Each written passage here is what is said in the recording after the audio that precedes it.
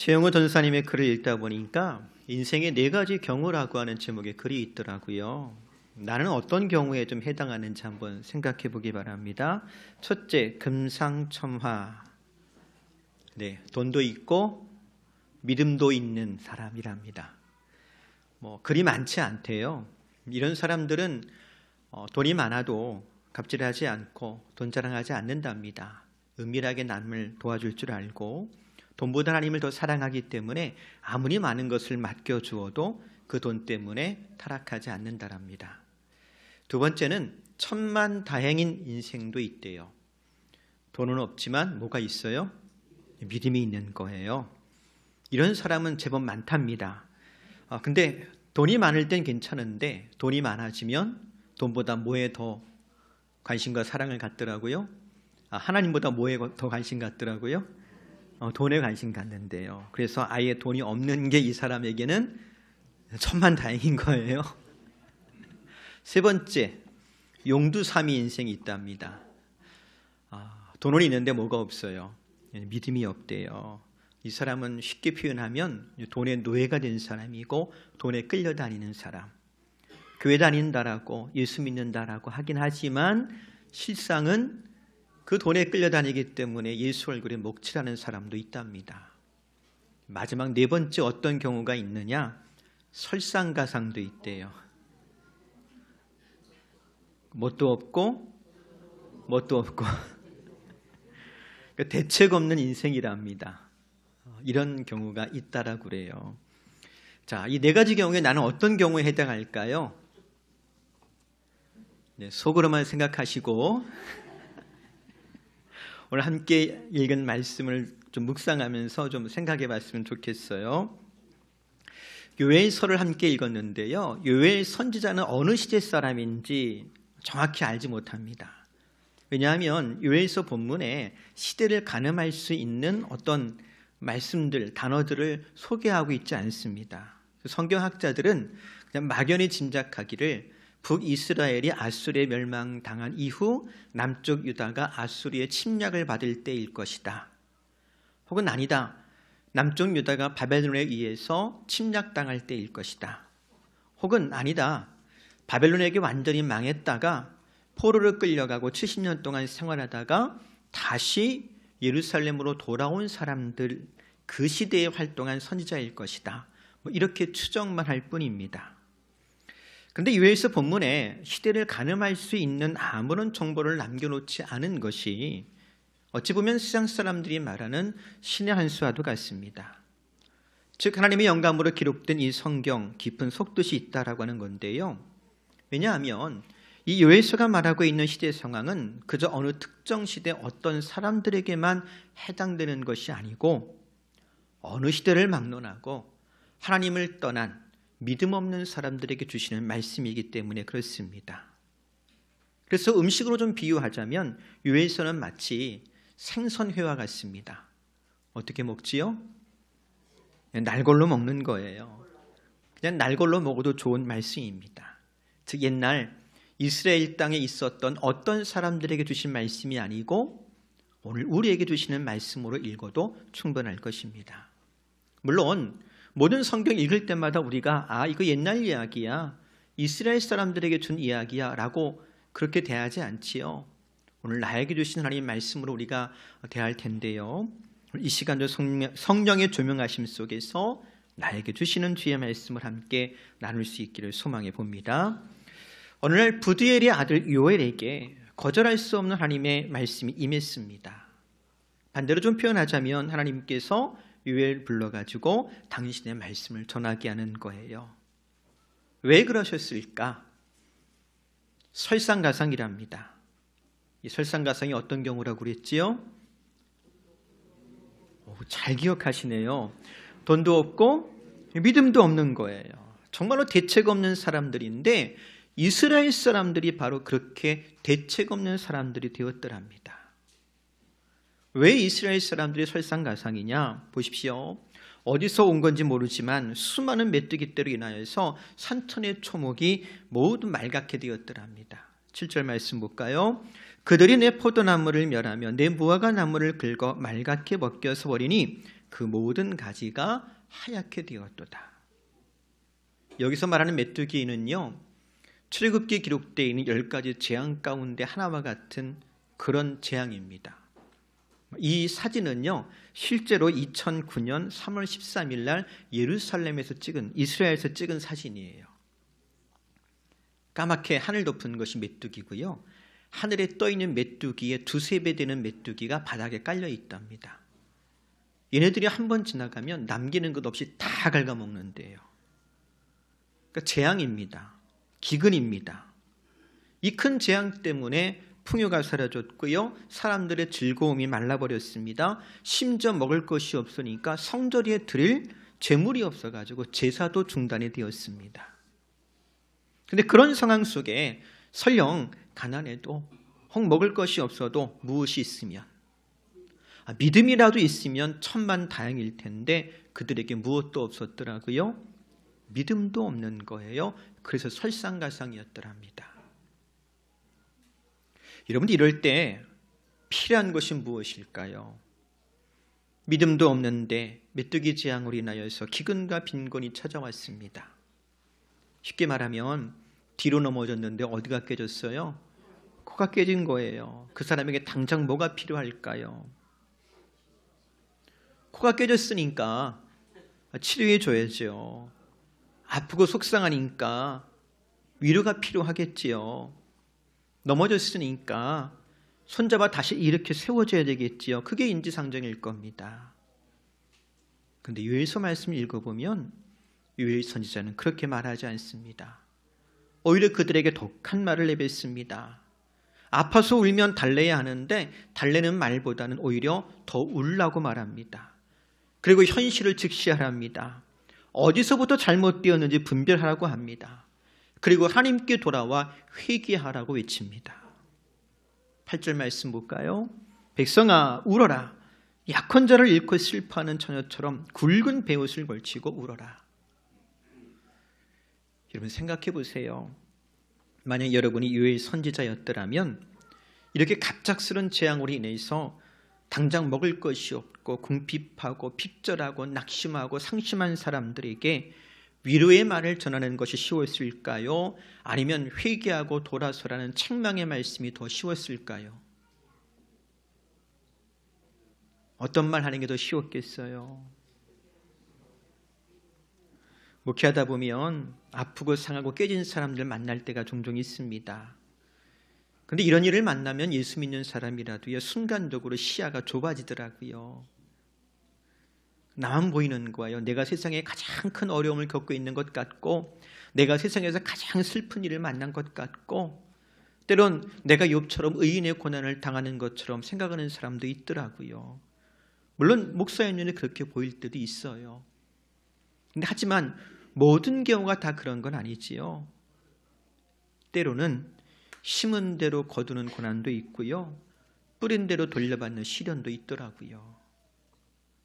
물론 그렇다고 나 지금 아프고 슬프고 괴롭고 억울한데 그 사람에게 감히 성도님 지금 심은 대로 거두는 거예요 라고 한다면 어떨까요? 목사인 제가 여러분들 괴롭고 힘든 일 만났을 때 장로님, 권사님, 집사님 지금 심은 대로 거두고 있는 거예요. 빨리 회개하고 돌아오세요. 안 그러면 더 큰 일 만나요. 뭐 이렇게 얘기한다고 하면 여러분 어떻게 하시겠어요?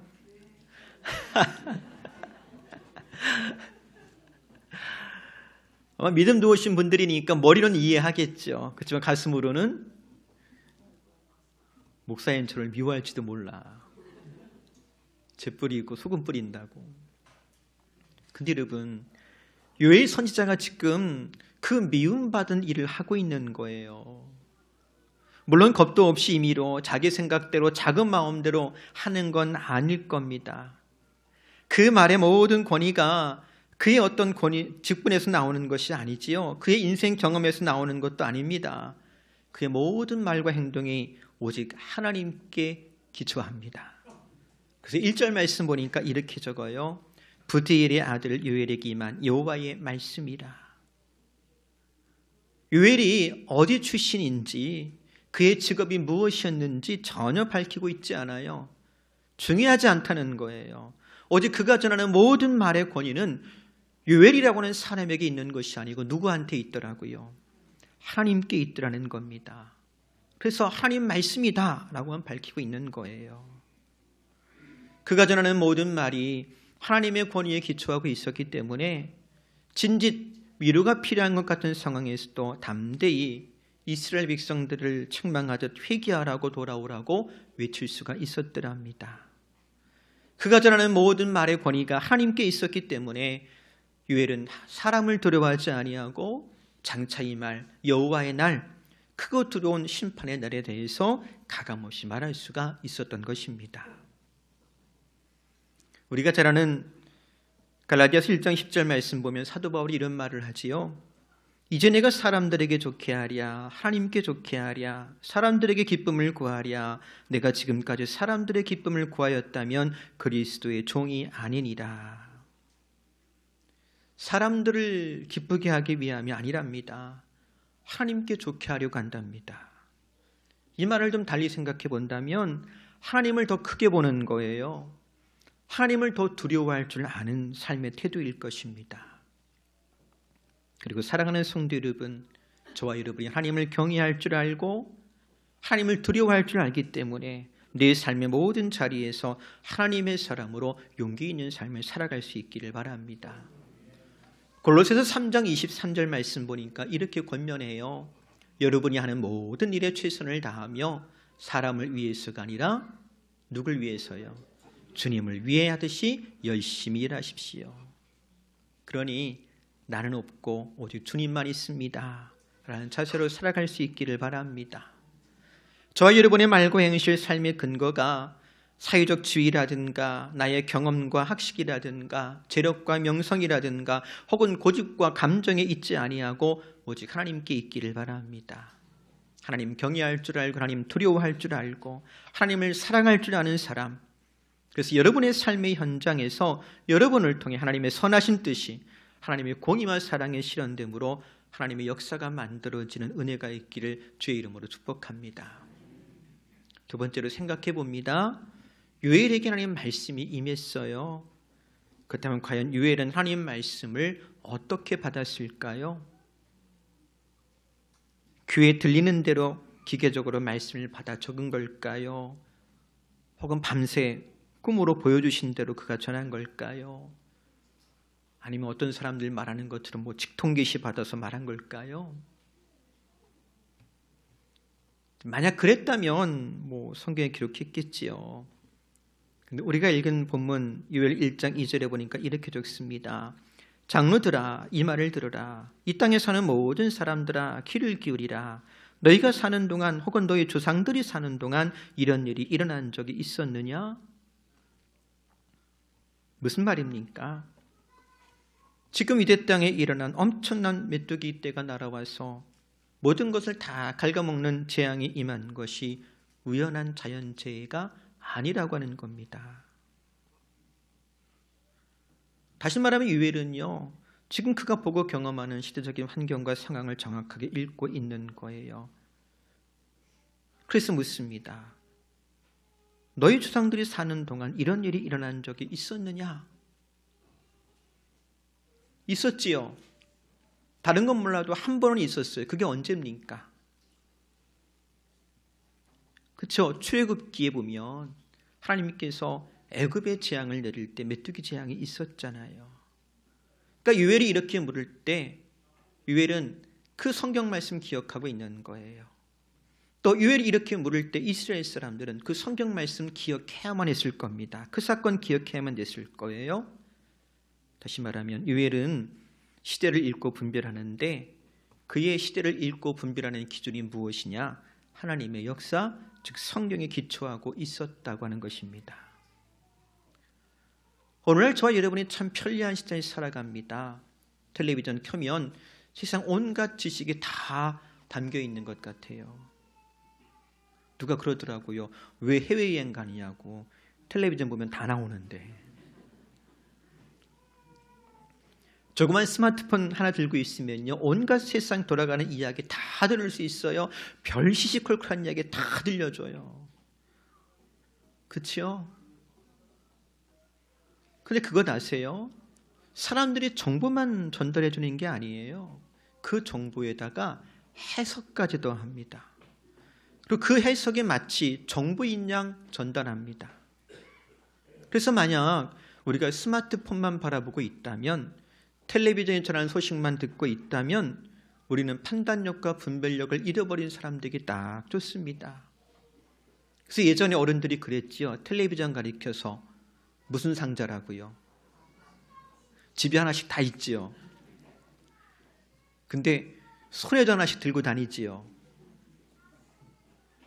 그 바보 상자를 통해서 세상을 보고 그 바보 상자의 해석을 진실인 양 그것 때문에 울고 웃고 흥분하고 의기소침하고, 저 여러분은 그와 같지 않기를 바랍니다.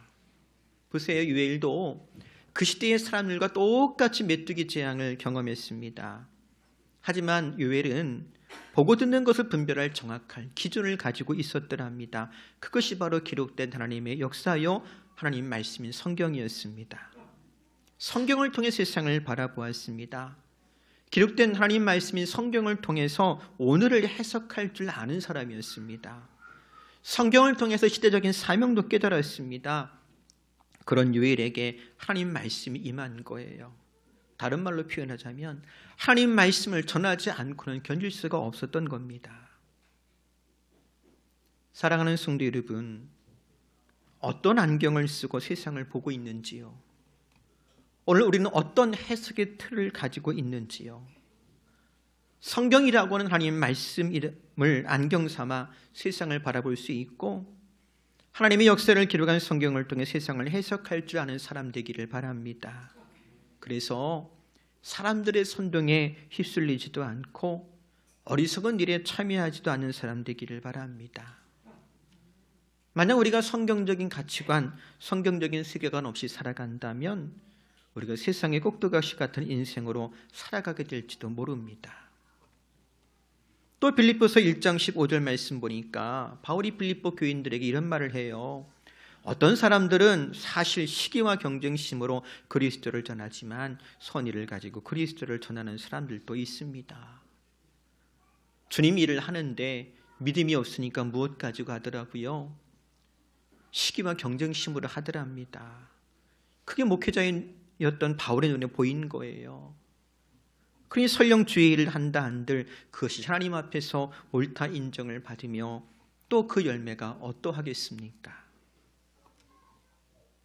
반면에 빌립보서 3장 8절 말씀 보니까 이렇게 이릅니다. 그것뿐만 아니라 이 세상 그 어떤 것도 내 주 예수 그리스도를 아는 것과 비교가 되지 않습니다. 예수 그리스도를 위하여 나는 모든 것을 버렸습니다. 모든 것이 쓰레기처럼 아무런 가치가 없다는 것을 이제야 합니다. 이로써 나는 그리스도를 알게 되었습니다. 이 말을 감리교 운동 시작한 웨슬리 목사님은 이렇게 표현했어요. 같이 한번 해볼까요? 한 권의 책의 사람. 그 한 권이 어떤 책일까요? 네, 성경이에요. 물론 웨슬리 목사님이 학식이 짧고 배움이 적었기 때문에 나는 성경책 한 권이면 좋게 이렇게 말한 건 아닙니다. 당시 웨슬리 목사님 영국의 옥스퍼드 대학에서 공부했고요. 그 대학 조교수까지 지낸 분이에요. 한 권의 책을 제대로 이해하기 위해서 1000권의 책을 읽었다라고 그랬습니다. 그렇게 오직 한 권의 책을 이해하게 사람이길 소원했는데요. 성경에 기초한 인생, 하나님 말씀인 성경의 가치관을 가진 사람, 성경으로 세상을 보고 세상을 해석하는 사람, 하나님 말씀인 성경을 쫓아 사는 사람 되기를 원했고, 그렇게 한 시대를 하나님의 사람으로 쓰임받은 줄로 압니다. 우리도 감리교인이잖아요.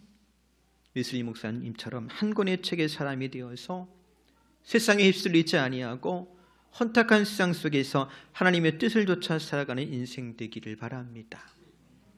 그것이 예수님 닮아가는 거예요.